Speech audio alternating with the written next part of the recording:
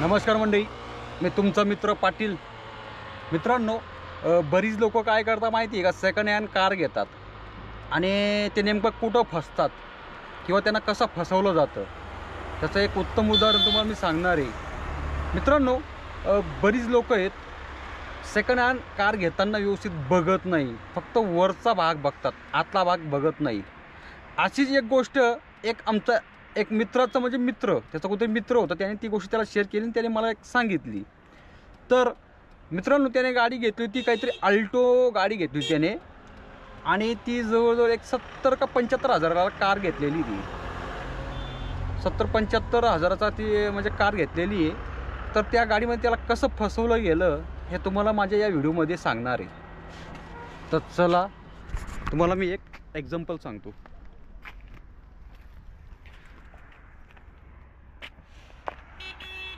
अरे, इथं engine back साईडला ही नॅनो आहे, ठीक आहे मित्रांनो, ही नॅनो आहे, हिचं इंजिन बॅक साईडला आहे, ठीक आहे. तुम्हाला इथं दिसतंय का, की तुम्हाला गंज वगैरे दिसतंय का? मित्रांनो, तुम्हाला मी ना सेकंड हँड कारमध्ये ना 3 गोष्टी दाखवणार आहे, की त्याच्यात तुम्ही ना कुठं हे बघायचे किंवा तुम्हाला कळेल की ही कारची अवस्था काय किंवा तुम्हाला कसं फसवलं जातं, ठीक आहे. तर मी एक गोष्ट दाखवतो. आता ही माझी कार चांगली म्हणून याच्यात ते प्रकार नाही आहे, पण मी तुम्हाला दाखवायचा प्रयत्न करतो. मित्रांनो, हे बघा, हिचं जे पत्रा आहे ना, पत्रा हे तुम्हाला दिसत असेल इकडं, हिचा पत्रा सर्व ओके तुम्हाला दिसतोय का? हिचा जो पत्रा आहे ना, हा सर्व ओके तुम्हाला दिसत असेल, पत्रा वगैरे ओके हिचा. तर मित्रांनो, तुम्हाला मी अजून एक थोडं दाखवतो. मगाशी मी पाहिलं होतं, बरेच दिवसापूर्वी पाहिलेलं होतं, ठीक आहे, माझा पत्रा ओके म्हणून. मित्रांनो, हे दिसते का तुम्हाला? इथं हा थोडासा गंज लागलेला आहे, बरोबर.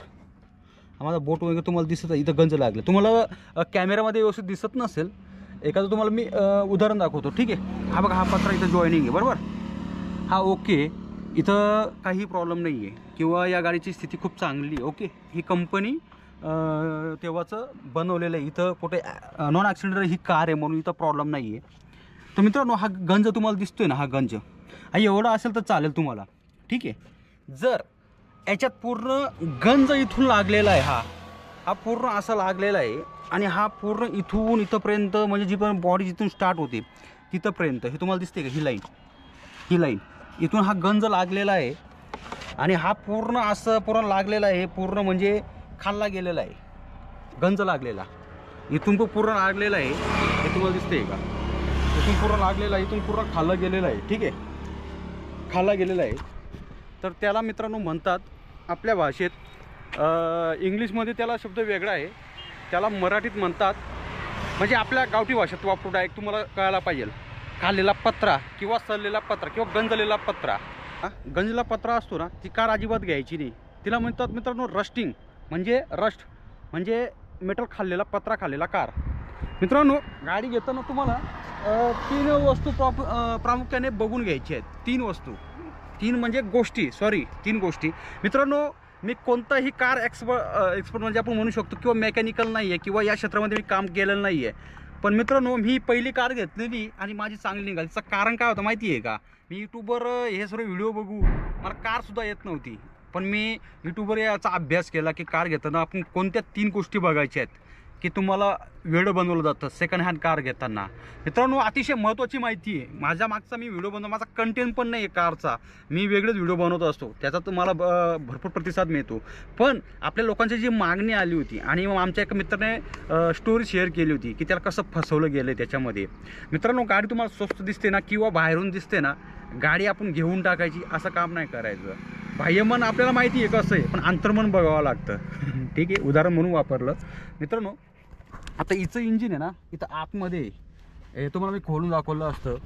तर मित्रांनो, बऱ्या लोकांचा प्रश्न असतो की सेकंड हँड कार घेताना प्रामुख्याने आपल्याला काय बघायचं आहे किंवा सेकंड हँड कार घेताना आपल्याला बघायचं काय, की तिच्यामध्ये 3 गोष्टी अशा काय बघायच्या की तुमची कार ओके येईल. मित्रांनो, कोणत्या मेकॅनिकल तुम्हाला सांगणार नाही, आणि मेकॅनिकल जरी सांगितलं ना, तुम्ही 3 किंवा 4 प्रकारचे मेकॅनिकल न्या, तुम्हाला ना एकदम वेगवेगळ्या पद्धतीत ते सांगतात किंवा त्याच्यात काहीतरी फॉल्ट काढतात. ते त्यांचे कामं करून घेतात, का त्यांचं कसंही त्यांना असं म्हणायचं नसतं की ही कार चांगली असं.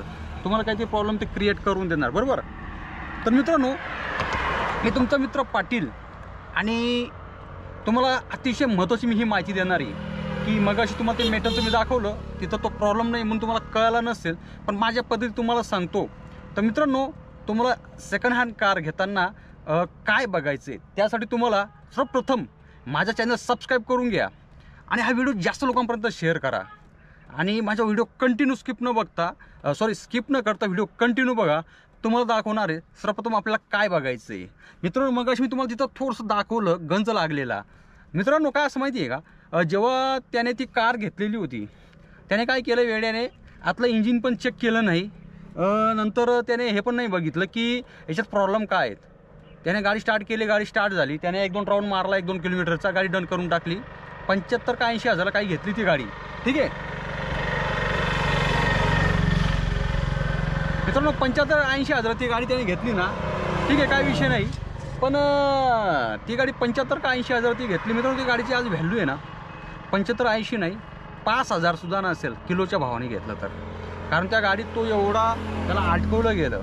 त्याचं रिझन काय माहिती आहे का मित्रांनो, त्याने काय केलं माहिती आहे का, गाडी घेताना इंजिन चेक केलं नाही, दुसरी गोष्ट किलोमीटर चेक केलं नाही, तिसरी गोष्ट त्याने तो खाल्लेला जो पत्रा, तुमच्या भाषेत ज्याला रस्ट म्हणतो आपण, रस्टिंग ज्याला म्हणतो ना, जो सल्लेला पत्रा, जी रस्टिंग म्हणजे पत्रा सल्लेला, तो त्याने बघितला नाही.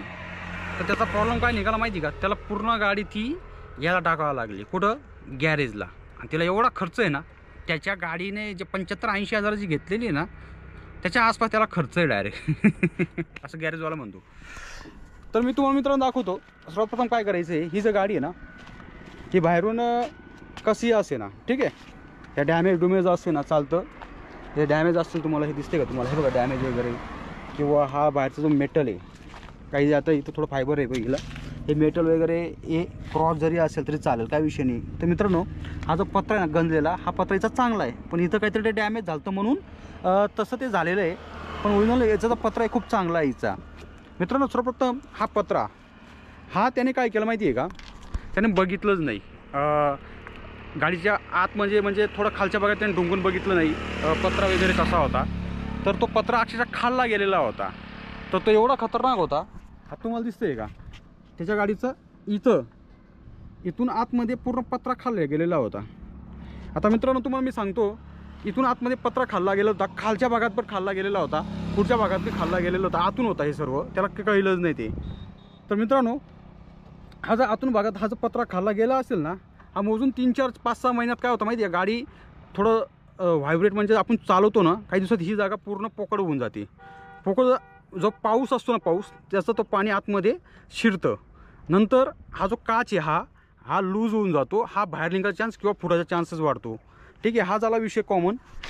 दुसरी गोष्ट, पत्र मित्रांनो, तुम्हाला माहिती आहे का, पत्रा माणसाचं काय काम करतं माहिती आहे का, यांचे हे जे मेटल असतात ना, एवढे ब्रँडेड असतात ना, किती लोकल गाडी असेल, बाहेरून काही जर वस्तू यांच्यावर आदळली ना, तर हे वाकून जातात, म्हणजे एकत्र गोळा होऊन जातील, पण फाटत नाही सहसा.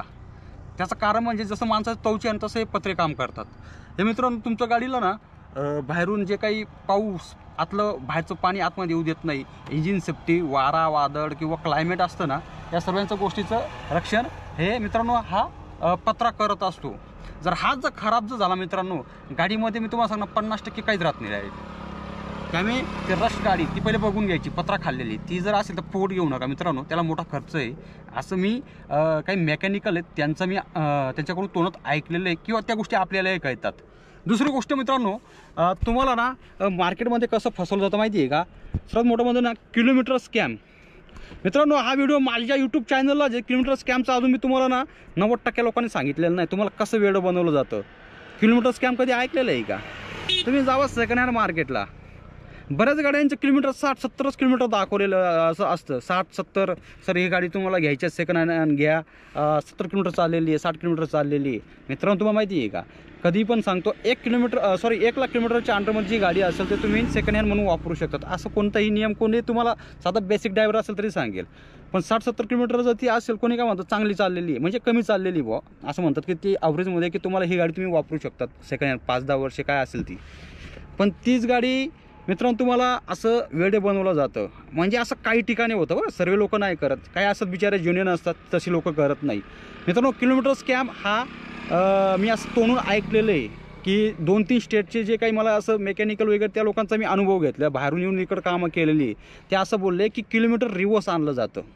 रिवर्स आणलं जातं म्हणजे असं आहे ना, जर ती 2 लाख असेल तर तिला 60, 70, 80 हजाराच्या आसपास करतात. आता असं म्हणतात हो, आपल्याला माहीत नाही, आपण वाईट कामं करत नाही, त्यातलं मला काही जुगाड माहीत नाही, पण अशी काही मेकॅनिकलचे अनुभव मी असं तोंडून ऐकलेलं आहे की किलोमीटर स्कॅम कमी करून घेतात ती लोक. आता होती असेल, कारण या जगात काही होऊ शकतं, कोणी सांगणार तुम्हाला. मित्रांनो किलोमीटर स्कॅमचा अजून मी बरेच व्हिडिओ यूट्यूबला दिसत नाहीत, तो आपल्या यूट्यूबच्या माध्यमातून तुम्हाला सांगतो. पहिली गोष्ट पत्रा, दुसरी गोष्ट किलोमीटर. जास्त गाडी चाललेली असेल 1.5-2 लाख 2-2.5 लाखाच्या आसपास, ती गाडी काही कामाची नसते मित्रांनो. कारण का माहिती का, त्या गाडीचा पार्ट पूर्ण खुळखुळे झालेले असतात, ती गाडी डेली ट्रॅव्हलिंगची असते, ती कुठे आपटली खड्ड्यात तिने सर्व सोसलेलं असतं, मग तिला लाईफ फार जास्त असते, असं नाही तिला मेंटेनन्स पण असतो. ठीक आहे, अशात 100मधून 10 पीस असतात की ते पहिल्यापासून एवढं 1.5-2-2.5 ला आपलं म्हणू शकतो आपण किलोमीटर चालल्यावर बी ती गाडी बऱ्यापैकी असते. तिसरी गोष्ट मित्रांनो, इंजिन अतिशय महत्त्वाचं मित्रांनो. गाडी कधी पण काय करायचं, तिसऱ्या वेळी चेक करताना गाडीचं जे काही इंजिन आहे बरोबर, ते इंजिन मित्रांनो गाडी स्टार्ट करायची, गिअर न टाकता थोडंसं चालू ठेवायची गाडी, गाडीचा आवाज बघायचा. गाडी स्टार्ट असताना थोडी जर ऑटोमॅटिक रेस होत असेल किंवा कमी होत असेल तर तिचं योग्य मेकॅनिकल असेल त्याला दाखवणं अतिशय महत्त्वाचं आहे. तिसरी गोष्टमध्ये अजून एक गोष्ट येते, ते म्हणजे तुमचं इंजिनमध्ये मित्रांनो, गाडी सेकंड असे किंवा नवी असेल, त्या इंजिनमध्ये ना तुम्हाला माहीत नसतं की ऑइल लिकेज हा सर्वात मोठा प्रॉब्लेम मित्रांनो. हा सॉल्व 90% होत नाही. याच्यामध्ये बरीचशी लोक फसून जातात. शिवाय आमचा एक नातेवाईक फसलेला आहे बरोबर. जर ऑइल लिकेज जर असेल ना मित्रांनो, तर तो सॉल्व होणं फार सोपं नसतं. डायरेक्ट काय असतं माहिती आहे का, गाडी घेताना इंजिन पूर्ण बघून घ्यायचं. तो जर बोललो ना मी ऑइल टाकताना थोडं ऑइल इंजिनमध्ये पडलेलं असेल, असं शक्यच नाही मित्रांनो. त्याने ऑइल टाकलं आणि ऑइल इंजिनवर पडलं ना, ते लगेच काही वेळानंतर ते मिटतं ऑटोमॅटिक किंवा ते कळतं आपल्याला. पण जे ऑइल लिकेज असेल ना, कितीही घाण बसू दे, किती नवी गाडी असते तिच्यावर इंजिनवर घाण बसलेली असते, ते ऑइल लिकेज अगर ओलसर असतं आणि ते बरेच अगर पसरलेलं असेल ना मित्रांनो, ती गाडी अजिबात घेऊ नका. कारण ऑइल लिकेज हा प्रॉब्लेम सहसा सॉल्व्ह होत नाही. तो बरीच मेकॅनिकल असतात, 90% ते सॉल्व्ह होत नाही. कारण बरीच मेकॅनिकल असतात ती कामं करून घेतात तेव्हा पुरतं होतं, तो नंतर अजून जी ऑइल सील जे असतात त्यानंतर अजून लिकेज होत असतात. तो प्रॉब्लेम इंजिन असतो काय असतो काय माहीत. तर मित्रांनो ह्या 3 प्रॉब्लेम आहेत. मला मागच्या वेळी कमेंट चालते की सर इंजिन घेताना किंवा गाडी घेताना आम्हाला दाखवा. आता हिचं इंजिन एवढं लॉक आहे ना, ते खोलायला आता मला कडनं शक्य होणार नाही. माझ्याकडे वेळ पण कमी आहे, टाईम माझ्याकडे कमी आहे, म्हणून तुम्हाला दाखवलं असतं की मी हे काय काय बघितलं होतं. मित्रांनो मी असा व्यक्ती आहे ना की मी गाडी घेताना ना कोणताही अनुभव नसताना चांगली गाडी चॉईस केली. त्याचं कारण म्हणजे काय माहिती आहे का, सर्वात कमी फिरलेचं किलोमीटर. ही आर्मीवाल्याची गाडी होती मित्रांनो, फक्त 21,000 किलोमीटर चाललेली गाडी होती. आणि गाडी आम्ही चालू करून बघितली, 1 स्टार्ट, आणि आवाज येत नाही या गाडीला, आवाज येत नाही मित्रांनो. त्याच्यामुळे ह्या गाडी आम्ही चॉईस करताना परफेक्ट गाडी निवडली मित्रांनो. गाडी सेकंड हँड घेताना स्वस्त भेटते किंवा बाहेरून पेंट्स वगैरे, जसं त्या मित्राला फसवलं होतं, पेंट्स वगैरे जसं केलेलं आहे गाडी बाहेरून, चाकं वगैरे टाकाटाक गाडी घेऊन टाकायची असं नाही करा मित्रांनो. गाडी चांगल्या मेकॅनिकलला पण दाखवा, तुम्ही पण अनुभव चेक करा. इंजिन खोलून इंजिन म्हणजे वरून बघा इंजिनला की काही ऑइल वगैरे कुठं लिकेज आहे का. दुसरी गोष्ट खाल्लेला पत्रा खालून पण ढुंकून बघायचं. आता इथं शक्य नाही, तुम्हाला मी दाखवलंच इंजिन. हे बघा, हे तुम्हाला दिसतंय का, हे बघा इथं सर्व व्यवस्थित दिसतंय. आता पत्रा वगैरे कुठं खाल्लेलं काही दिसत नाही आहे, दिसतं का तुम्हाला, एकदम ओके. कारण ही सर्व गटाराचं घाण वगैरे जे असेल ती सर्व भरलेली आहे, एकदम ओके मित्रांनो. खालून कुठेही काही प्रॉब्लेम दिसेना झाले, मला तर काही दिसत नाही पत्रा खाल्लेला.